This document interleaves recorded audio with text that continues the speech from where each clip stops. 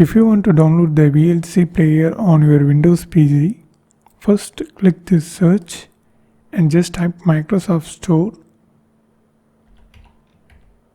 and open this. Now click this profile icon and sign into your Microsoft account. It may be any Microsoft account like Outlook, Hotmail, Skype or Xbox account. You just need to use any of your Microsoft account. In case if you doesn't have any Microsoft account, you just create a new one here.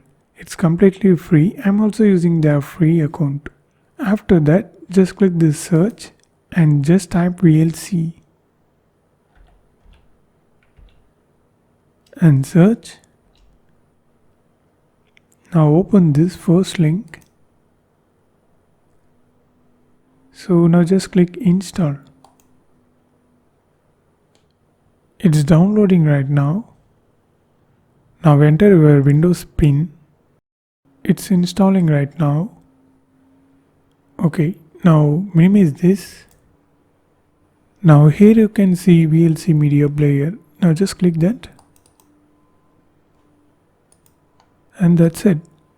You installed. So this is how you need to do. And if you want to know more videos about these topics, watch these videos.